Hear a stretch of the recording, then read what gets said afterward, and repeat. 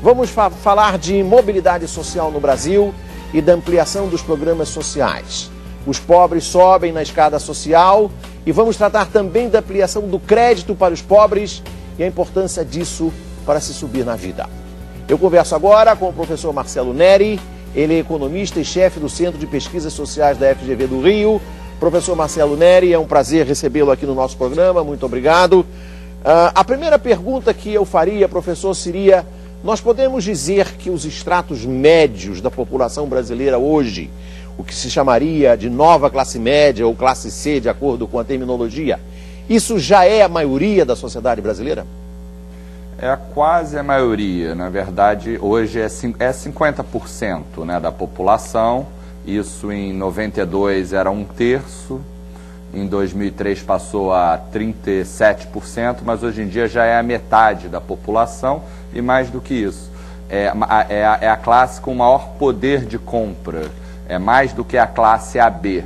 Então 46% da renda dos brasileiros estão na mão da classe C, que se torna muito cobiçada pelas empresas, etc. Agora, professor, o que aconteceu?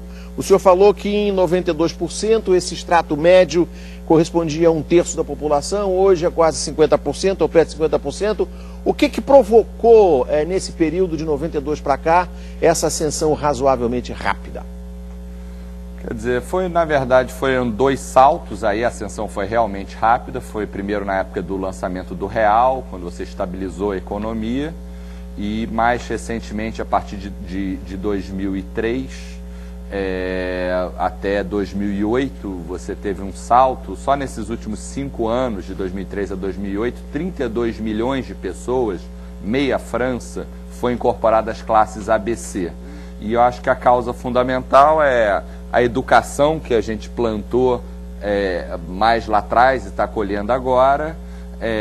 Isso está associado a um crescimento da renda do trabalho. Acho que é importante dizer que os programas sociais são importantes, mas o fator mais importante é a própria renda gerada pelo brasileiro.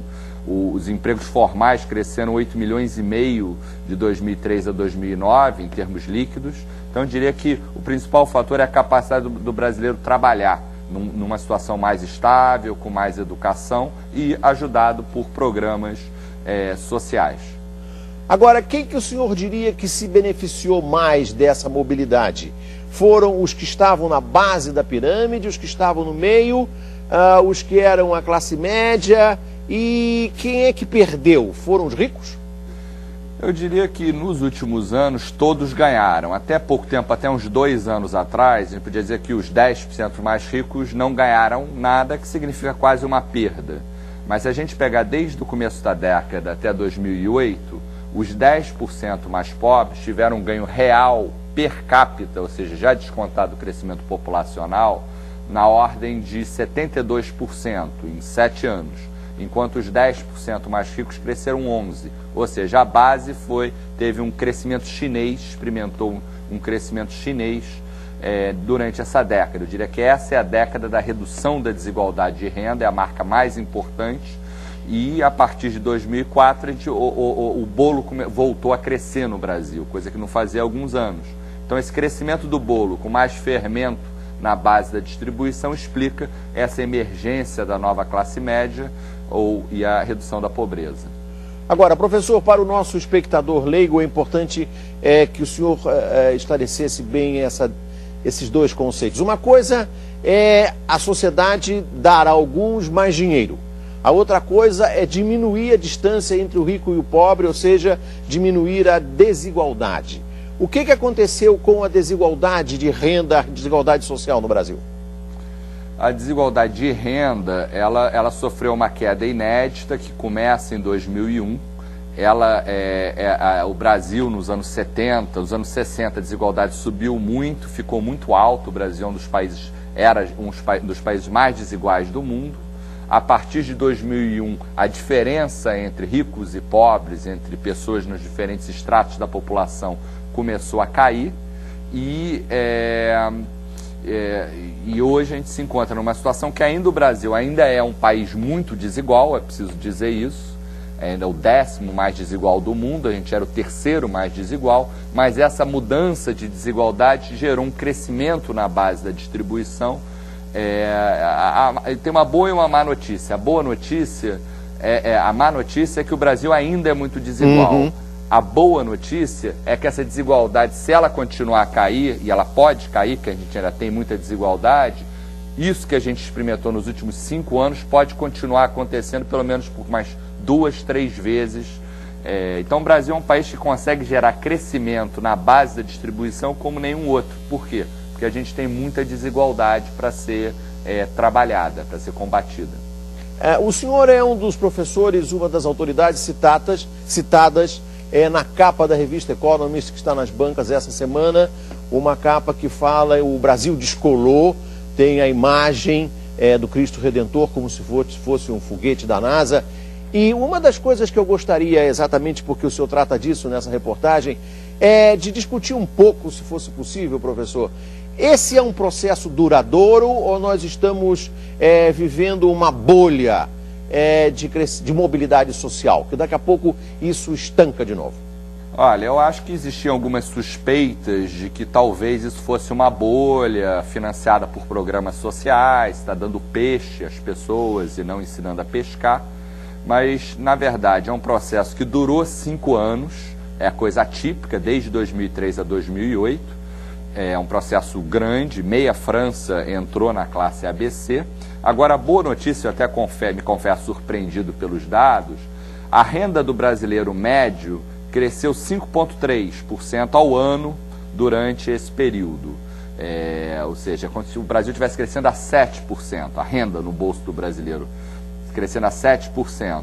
Agora, a renda do trabalho cresceu a mesma taxa.